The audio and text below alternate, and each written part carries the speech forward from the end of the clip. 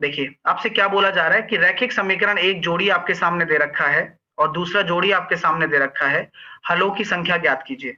आपके हलों की संख्या आपको निकालनी है, तो हलों की संख्या का नियम क्या बताया था आपको मैंने, A1 अपॉन A2 बराबर B1 अपॉन B2 है क्या, एक बार चेक कर लेते हैं। 4/2 बराबर 9/9 माइनस का 3 माइनस 9/3 नहीं है, नहीं है। तो हलों की संख्या कितनी होगी, एक होगी। क्यों, क्योंकि आपको मैंने कहा था कि A1 upon A2 is equals not is equals to, अगर B1 अपॉन B2 होता है तो किसी भी रैखिक समीकरण के कितने हल होते हैं, यूनिक सॉल्यूशन होते हैं, यानी कि एक ही हल होता है। Only one solution we have, ठीक है, केवल और केवल एक सॉल्यूशन होता है और आप टेंशन बिल्कुल भी नहीं लेंगे। चलिए तो क्या करेंगे, तीन संख्याओं आपको दे रखी है, तीन संख्याओं का योग आपका 162 है। पहली संख्या और दूसरी संख्या का अनुपात दे रखा है और दूसरी और तीसरी संख्या का, तो पहली संख्या और दूसरी संख्या का अनुपात आपको दे रखा है 5:7 और दूसरी संख्या और तीसरी संख्या का अनुपात आपको दे रखा है 5:3। चलिए तो यहां पर हम क्या कह सकते हैं भैया, 7 और 5। तो यहां पर आपके सामने सिंपल बात आ गई, कितनी, 25, 7 पंजे 35 और 7 तिया 21। ये बात आपको क्लियर है क्या, वेरी गुड।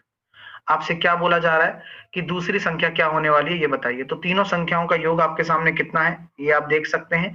तीनों संख्याओं का योग कितना हो गया, 40, 60 और 71, 40, 81 रेशो बराबर 162 है, 1 रेशो बराबर आपका 2 है। तो आपकी दूसरी संख्या कितनी हो जाने वाली है, 35 इंटू 2, तो आपका राइट आंसर हो जाएगा 70। ठीक है डियर, ये देखो अब क्वेश्चन भी नहीं पढ़ा जा रहा है कई लोगों से, तो कि 5, एक विद्यालय में अमित और विकास के बीच हेड बॉय का चयन मतदान द्वारा होना है, ठीक है, चलिएगा। तो एक विद्यालय में अमित और विकास के बीच हेड बॉय का चयन मतदान होना जरूर, मतलब द्वारा होना है।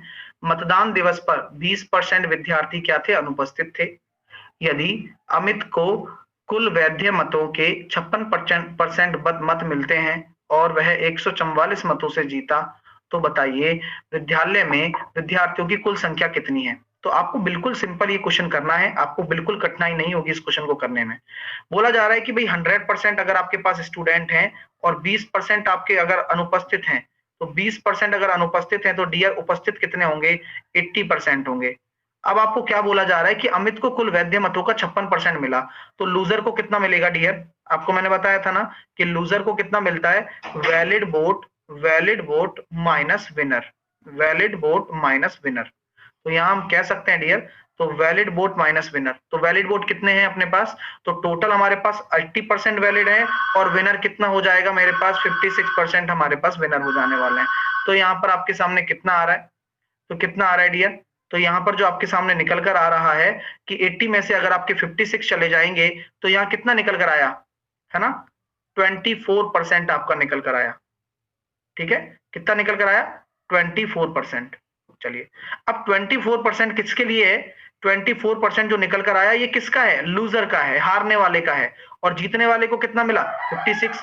तो जीत हार का अंतर कितना हो गया, बोलो कितना परसेंट जीत हार का अंतर हो जाएगा,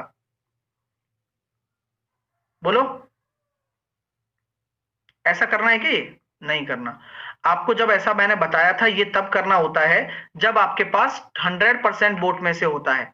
तो ऐसा ये कब करना है, जब आपका ये जो जीतने वाले का मिला हो वो 100% में से मिला हो। यहां पर आपको जो भी करना है वो डायरेक्टली करना है, समझ रहे मेरी बात, डायरेक्टली कैसे करेंगे सर, बहुत आसान है, आपको कुछ भी नहीं करना है इसमें। यहां पर अगर जीतने वाले को वैलिड वोट का 56 मिला है तो हारने वाले को वैलिड वोट का कितना मिलेगा, 44% मिलेगा।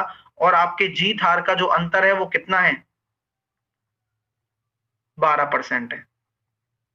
तो यहां पर हम कह सकते हैं 80 का जो 12% अगर हम निकालेंगे, तो 80 का और 12% हम निकालेंगे, या फिर हम कह सकते हैं ये 144 के बराबर है और ये 12 बार कट जाएगा और हम यहां कह सकते हैं 8 से कटेगा 15 बार।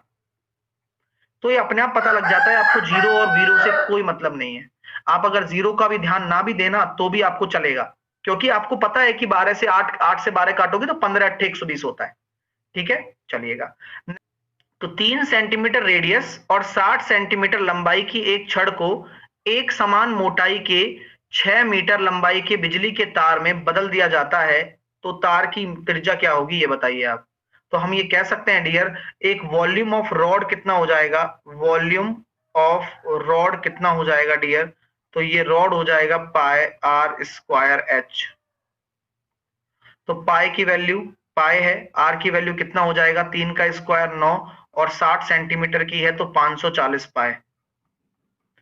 अब वॉल्यूम ऑफ वायर कितना हो जाएगा, वॉल्यूम ऑफ वायर, तार का आयतन कितना हो जाएगा, आप पता है आपको, सॉरी तार आपके सामने है, इसका भी हो जाएगा पाई छोटा आर स्क्वायर एच। तो ये कितना आ रहा है, तार की त्रिज्या तो आपको निकालनी है, और ये मीटर में एक समान मोटाई की 6 मीटर लंबाई की बिजली के तार में बदल दिया जाता है। तो आपको आयतन को आयतन के बराबर करना है बस। 540 पाई बराबर बराबर यहां पर आपके सामने कितना होगा, वॉल्यूम इक्वल करना है 3 सेंटीमीटर त्रिज्या और 60 सेंटीमीटर ऊंचाई वाले ये एक छड़ को समान मोटाई के 6 मीटर लंबाई के तार में बदल दिया जाता है तो तार की त्रिज्या क्या होगी। तो पाई से पाई काट देते हैं और क्या है, तो 6 मीटर है तो 600 सेंटीमीटर लिख देता हूं और बाकी पाई आर स्क्वायर लिख देता हूं। तो पाई से पाई काट देता हूं और बाकी सॉल्व कर लेता हूं, 540 बटे 600 और आर स्क्वायर की वैल्यू निकालेंगे तो आर की वैल्यू कितनी हो जाएगी, यहाँ 6 नाम 54 और अपने 0 काटा तो 3/√10 आपका राइट आंसर आया। भाई सही है क्या, 3/√10 विकल्प नंबर बी आपका राइट आंसर होगा। एक दुकानदार क्या करता है, एक दुकानदार 12.5% की हानि पर एक वस्तु को बेचता है।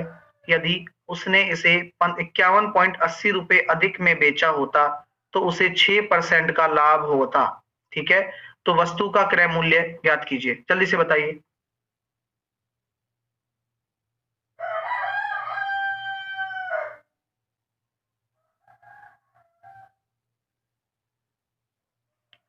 तो कैसे करेंगे डियर, तो यहां हम ये कह सकते हैं कि एक दुकानदार 12.5% की हानि पर एक वस्तु बेचता है और 51.80 रुपए अधिक पर बेचा होता तो उसे 6% का लाभ होता। अब यार क्या हो रहा है, यहां पर हम कह सकते हैं कि 17.5 या 18.5, 18.5 की जो वृद्धि हो रही है वो किसके बराबर है, 51.8 के बराबर है।